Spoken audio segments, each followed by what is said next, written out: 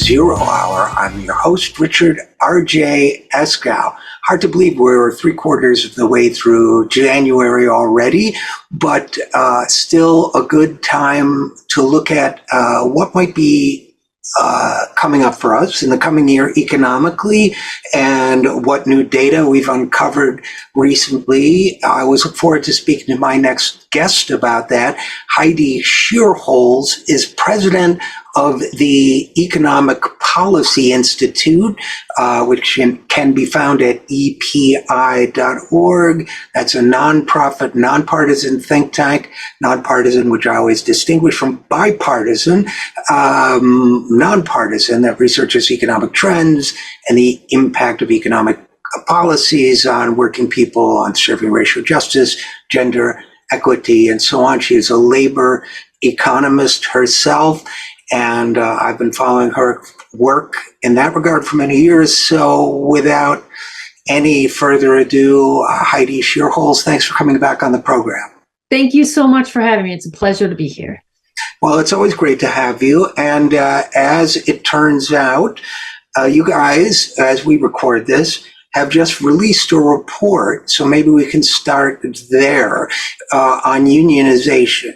And I guess preface this discussion by saying we've gotten a lot of news coverage in the past year or two about unionization efforts.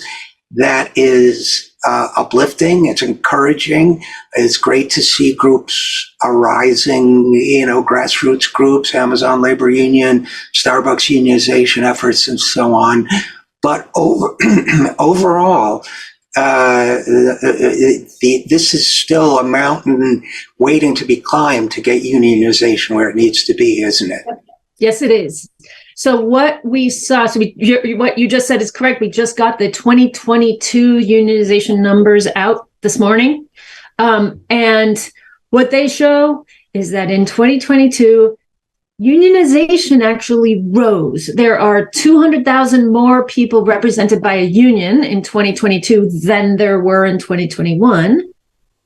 But union density, the share of workers who are in a union covered by a union contract, that dropped from 11.6% to 11.3%. That is the lowest on record. That's about half, less than half, well under half of where it was 40 years ago. So this release, unionization numbers rose, but the density continued to decline, continued on that long run trend. And the reason, that sounds, how are those two things compatible?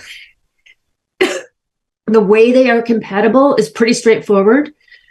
Unionization rates rose, but non-union jobs were added faster. So this is if you look back at 2022, we had one of the most record-breaking jobs. We're still in this very record-breaking jobs recovery. It was a year where we added some of the largest increases in jobs on record. We added more than 5 million jobs in 2022.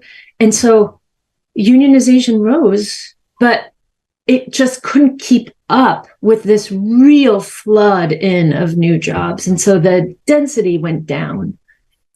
Heidi Shierholz, I also think it's important when we talk about 11.3% of workers unionized. I'm going to guess that roughly half of those workers have government jobs. Is that about right? Yeah. Yes. So I would assume that from a percentage basis, is it fair to assume that the decline percentage-wise probably happened in private sector jobs? We actually saw a decline in both the rates, the density, both in the public sector and in the private sector in 2022. But you're right, the public sector has unionization rates that are about 5 times as high as what we see in the private sector. So there's a lot of reasons behind that disparity, but they both saw declines in as far as union density goes in 2022. both the private sector and the public sector saw actual increases in the number of people covered by unions. So that same pattern was Oh, interesting. Okay. in both public sector and private sector. So the raw numbers go up, but since there are so many more people working, the percentage drops in both cases. In both, yep. So, and then you talk about unionization by race and gender, and this gets to, I wouldn't call it a peeve, but a kind of frustration of mine that so often in the national conversation, when we talk about the racial wealth gap, when we talk about the gender pay gap, these are talked about even by people who understand they represent injustices. They're talked about in a kind of vacuum when it comes to the engines that might improve those conditions. Mm-hmm. One of the biggest ones being unions. You and your colleagues have done a lot of work on unions and their impact on things like racial and gender wealth disparities. Have we seen, am I on the right track here? Yes, I think unionization is so unbelievably important to this sort of larger national conversation we're having right now around, or have had in the last couple of years, around racial equity. It is unambiguous that unions reduce, like the black-white wage gap, for example, if we just focus on that. Black workers are of major racial and ethnic groups, Black workers are the group that has the highest unionization rate, and was still true in the 2022 numbers that we got today. And then the other thing is Black workers get a bigger boost to being in a union than other workers. So, for example, right now you can calculate this thing that we call the union wage premium, which is just basically how much more on average does a union worker make than a non-union worker who has the same characteristics, who is in the same occupation and industry and the same locality, the same demographic. So like, how much more does a union worker make than their sort of identical peer who is not a union member? And that right now, that's about 10%. So it's a sizable boost to your earnings if, like, on average, if you're in a union. For Black workers, it's 13%. It's higher. Black workers get a bigger boost to being in a union. And that's the key. That's why unions reduce the racial wage gap. They increase wages for everyone, but they increase them more for workers of color. And so that's why unions are so important. Thereby narrowing the gap, the income gap between the two groups. It makes perfect sense. And your report says that of all major racial and ethnic groups, Black workers continue to have the highest unionization rates at 12.8%. That's not, I suppose, dramatically higher than 11.2% for white workers or 10% for Latinx workers. I'm just reading your data here, but it is an increase, and I think that this tracks with the union movement's history of kind of being a little bit ahead of the overall national curve on the issue of racial justice and equality. Is that right? Yes, I think that's right. And I'm not at all claiming that unions have been perfect on race. I'm not like of course. Any other major American institution almost. They, have segments of the union movement have, acted out racial bias in many ways, right? But if you look on net, the impact of unions on racial economic equity is absolutely crucial and positive. And the one thing that means is the decline of unionization over the last 4 decades has been a core contributor to the increase in the Black-white wage gap over that period. And that in itself is a conversation. Like, I think many people kind of think, oh, the Black-white wage gap It's maybe not closing as fast as it should, but we're certainly probably making progress on that. That's wrong. The black-white wage gap is actually larger now than it was 40 years ago. And one of the reasons behind that is the decline of unionization, because that was an equalizing force. Well, first of all, Heidi Shierholz, I will say that, thank you for reminding us that unions have not been immune from the evils of racism. It makes me think, for example, of the defense plants in Southern California in the 40s and 50s, and some of the overtly racist behaviors that went on, say at Hughes Aircraft or wherever have you. But that, of course, we can go back even further as a United Mine Workers, the first racially, I think, integrated organization of its kind. But on that, you're telling us this is something that diminishes the racial wage gap, and this is something that certainly every Democrat, every liberal, every progressive tells us they're concerned about. I believe they're sincere about that, but and I don't want to get you in trouble, or I don't want to, by getting overtly political or anything, but I do wonder why there hasn't been more political activity around making it easier to unionize in this country. No, that's a very good question. I think that there's the reason behind the decline in unionization in recent decades. It isn't because workers don't want or need unions, which I think is a big myth out there. It is, if you look at the survey data, a huge share of non-union workers want to be in a union. The reason is just because of relentless attacks on unionization. And that has, taken many forms, one of which is relentless employer attacks on union organizing. And the law has not kept up to level the playing field, to make it more, to make it so workers truly have the right to unionize. The law has not, our fundamental labor law was passed in 1935. Employers have changed their tactics a lot over that period, and the law just hasn't kept up to make it so workers really do have the true right to organize. So we have just so many workers who want to be in a union who aren't able to, because policymakers have not done their job to level pass laws that level the playing field. I think prior to this administration, that wasn't just, that was happening on both sides of the aisle, that you saw both Democrats and Republicans, not doing the things that needed to be done to support unions over that period. We see that changing now. The Biden administration has, talked about unions, used the bully pulpit, prioritized unions in a way that I have never seen, in my, awareness of these things.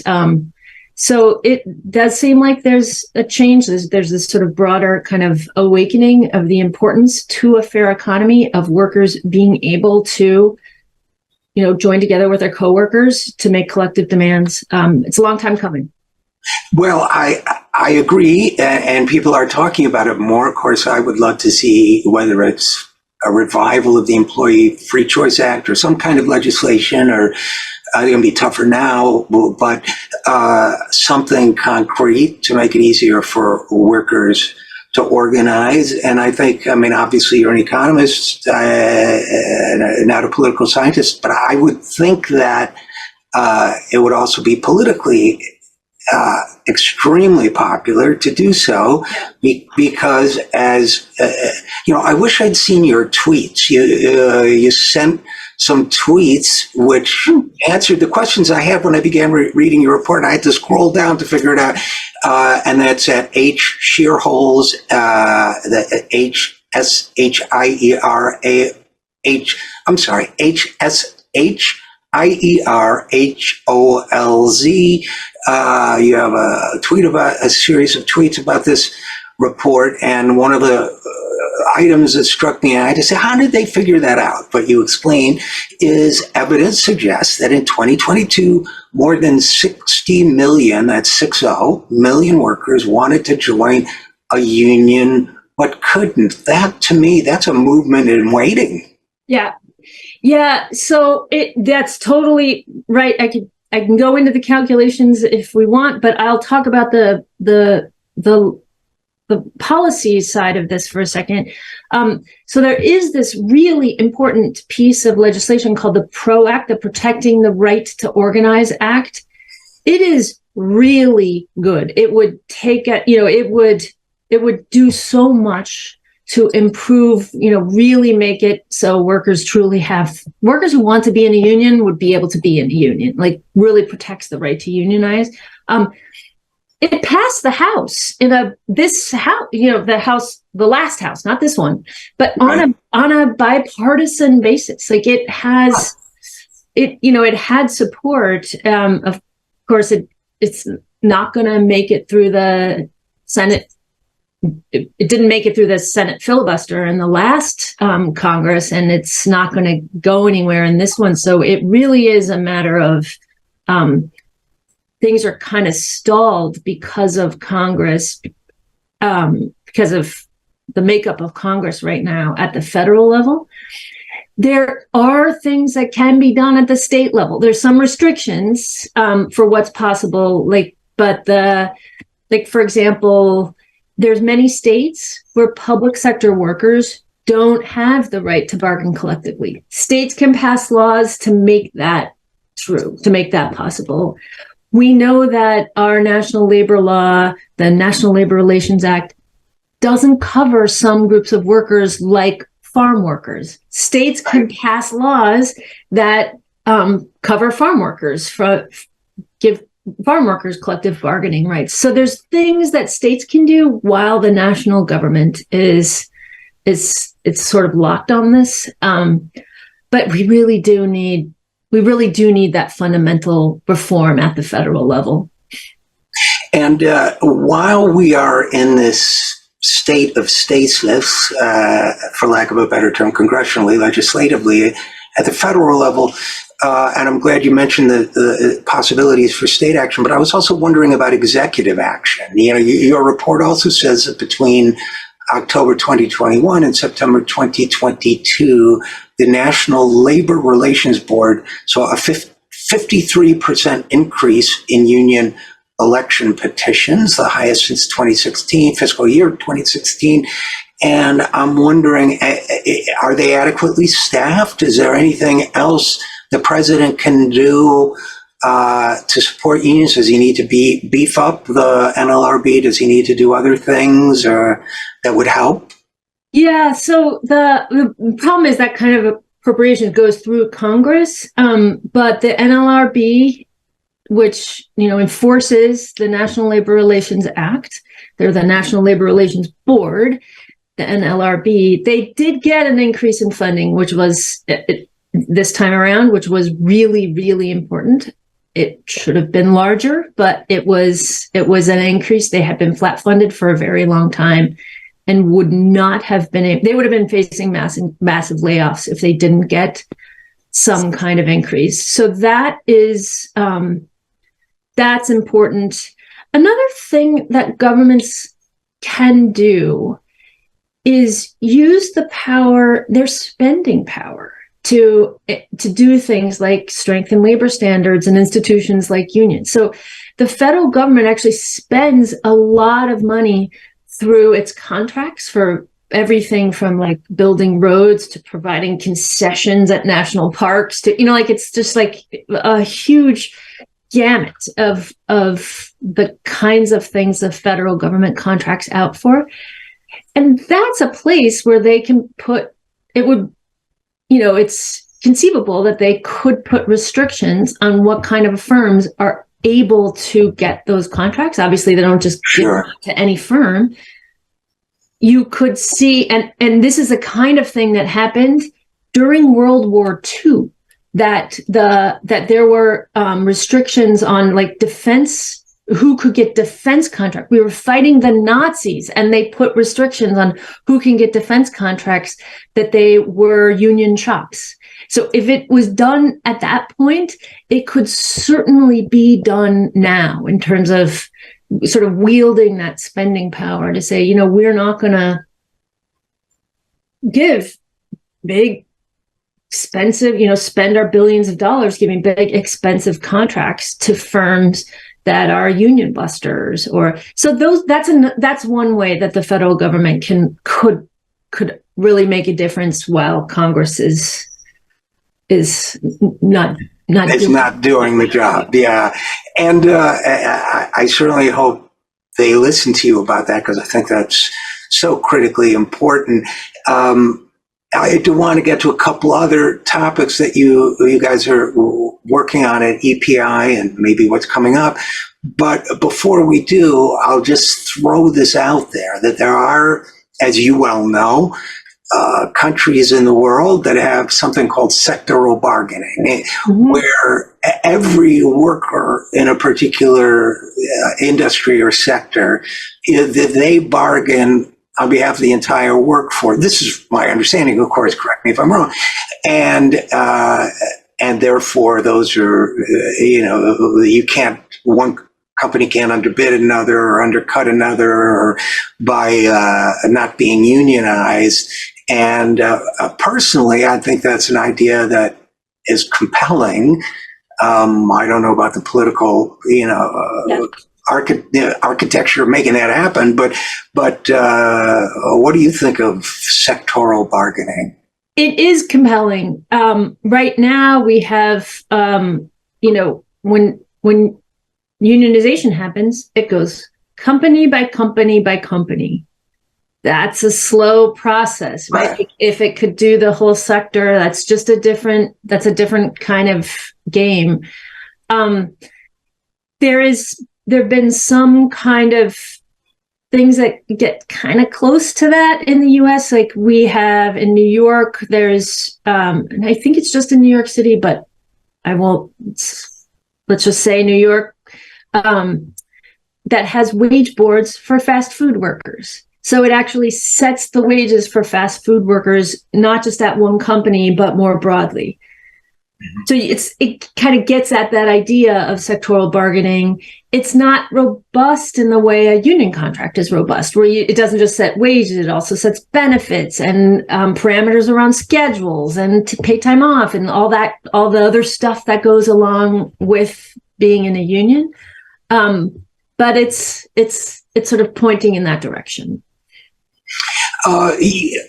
Thank you for that. And just hitting on a couple other subjects, I've been following at EPI the work of Josh Bivens and Elise Gould for a long time. They've been on the program also. And particularly, I think Josh, some time back, did a study showing that part of the projected shortfall in Social Security's trust fund was, this was a few years ago, I want to say it was maybe 50% of it was because the cap on income that's taxed at, for Social Security benefits, which I calculated one year, Jeff Bezos reached 20 seconds into the new year.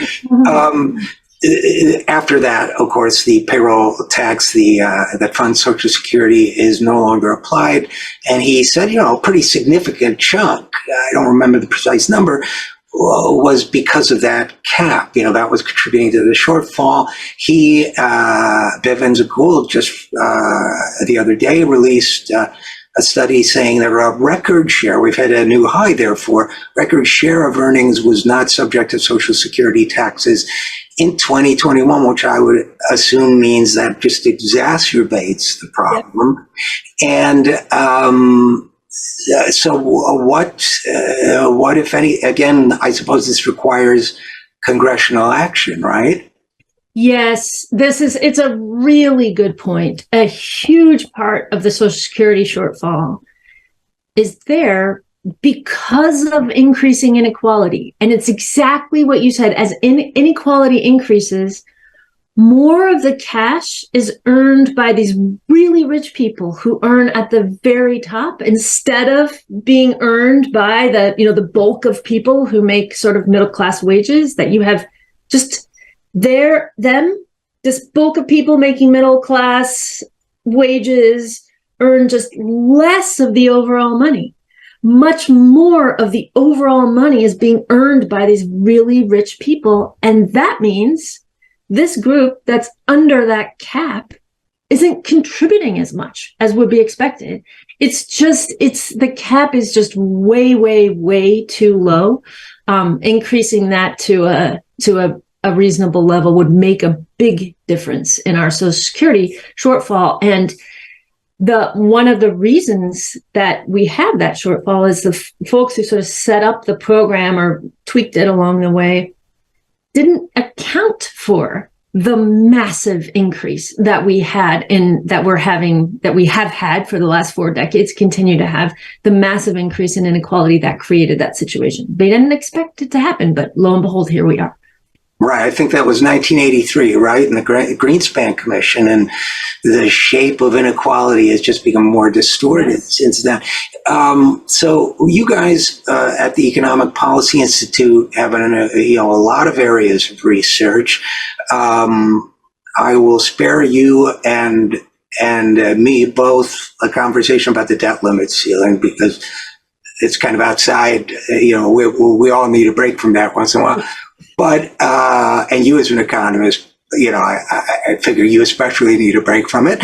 But what do you see as the main topics or issues or that you'll be tracking for the rest of 2023? The big one that jumps out to me is what's going to happen with the labor market. Are we going to have a recession? That's it. We don't know. I think the chances of a recession may be 50-50. Right now, what we're seeing is that we are right now in the middle of that kind of soft landing where, we had high inflation. That, not that I agree with everything they have done, but that the Fed has raised interest rates to try to cool off the economy, and they've done it very fast, very aggressively. And the concern is that they've done it too fast, too aggressively, and are actually going to cause a recession rather than giving us the soft landing and now looping back to what I was saying, the soft landing right now, it looks like what we have right now, which is we are seeing job openings come down, wage growth is slowing, but we're not seeing a big increase in layoffs. Layoffs have increased very, very little. Job openings, on the other hand, have come down by 12%. So that's the kind of soft landing we're looking for, that we see the economy slow down without dumping a lot of people into unemployment. But again, we don't know if the situation that we're seeing now is going to last. When the Fed raises interest rates, the impact of that takes some time to get, to be felt in the broader economy. It is entirely possible that the Fed's actions have already secured a recession in coming months. And so that's a key thing that we'll be tracking, what is going on with the economy and with the labor market. And then the implications of that are enormous. If we have a recession, what policymakers do to get us out of that recession is incredibly important. They have a ton of power to move it one way or the other. They can enact the kind of monetary policy. They can enact the kind of stimulus that gets a really strong jobs recovery, gets us out of the recession fast, which is what happened in the aftermath of the COVID recession. Or they cannot do the kind of stimulus that's needed. And we have this very, very weak and slow recovery, which is what happened in the aftermath of the 3 recessions before the COVID recession. So there's a total choice. We get to pick how strong our jobs recoveries are. Congress gets to pick. But I am deeply concerned with this Congress that they won't pick in a way that creates a strong jobs recovery. And one of the concerns I've had, tracking the numbers, is it seems to me that the Fed's actions have been a blunt instrument, in a sense, that have disproportionately affected workers. And this is part of the economic media discourse that frustrates me, or makes there's a disconnect somewhere, because I see when the overall inflation is 8%. So the thing to do, so the interpretation is it's an overheated labor market, but wage increases are at 5%. If you're trailing that overall inflation rate, it seems to me workers are falling behind. They're not leading this, this rise. They're lagging behind it and suffering. So yeah, I suppose you can bring down the overall number by, raising the unemployment rate or softening wage growth or what have you. But it seems to me that that's, a backward way to do it, and an inhumane way to do it. I don't know. What's your thought? I really agree. I have a few thoughts, one of which is wage growth has not been the primary driver by any stretch of inflation in the last year and a half. Like, it is just not what has been the core. My colleague, Josh Bivens, who you mentioned, he did an analysis showing where inflation would have been if we had had no nominal wage growth over this period. Like, what did the wage growth that we saw, how much of the price increase that we saw was because of that? It's not zero. There's some effect. Sure. But we still see a huge spike in inflation, even if we had had no wage growth. Like, it is just not what's driving our inflation. It hasn't been what's driving our inflation over this period. And then the other thing is, and this is a thing that I feel like people forget about, when the unemployment rate rises, like if, the Fed slows the economy down, they do it too aggressively and they actually cause a recession or other, an increase in unemployment, people getting laid off. And increases in unemployment, they hurt wages more than they hurt prices. It hits workers harder than it hits the prices of goods. And so, it will ultimately push down prices, but the cost is enormous.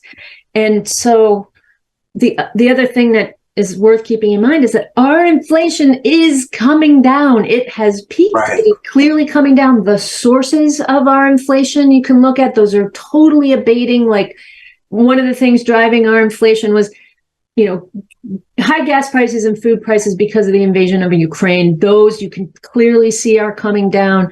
Another thing driving our inflation was supply chain snarls because of COVID. Those are totally abating. Also, during COVID, there was this big shift in spending from services to goods. It's like people stopped going to the gym and they bought themselves a Peloton or whatever, right? So then that big spike in demand for goods, that caused a big spike in inflation. So that kind of spending is now completely normalizing. And so we know and the other key thing is we can see from private surveys that we have a lot of housing deflation coming down the pipeline. So all that is to say, we know that inflation is coming down. We already have that. So we do not need to slow the economy down further to cause inflation to come down, because, it's on its way down. And if it's on its way down, that's what matters. We don't have to get it to 2% immediately. That will cause just an completely unnecessary, avoidable amount of pain. And if the patient has stopped bleeding, don't cut their leg off. I totally agree. And then Right. Yes. Right. What you just said. And then I've been guilty of using this term, like that will cause more pain. Because I've been like complaining to colleagues. I hate it that people are throwing around this word pain without actually providing a picture of what they mean and who's feeling the pain. It is going to be primarily low and middle income workers who get thrown out of work, see their incomes drop, see their living standards drop. They spend less, and that slows down the economy. That is the mechanism. That's what we're talking about as pain. It's really, I think, very important that we put that human face on what public commentators mean when they say, "Oh yeah, it's going to cause pain, but this is." You're so right. And there's so much more I could talk to you about, but the word pain in economic commentary is used in an almost sociopathic way.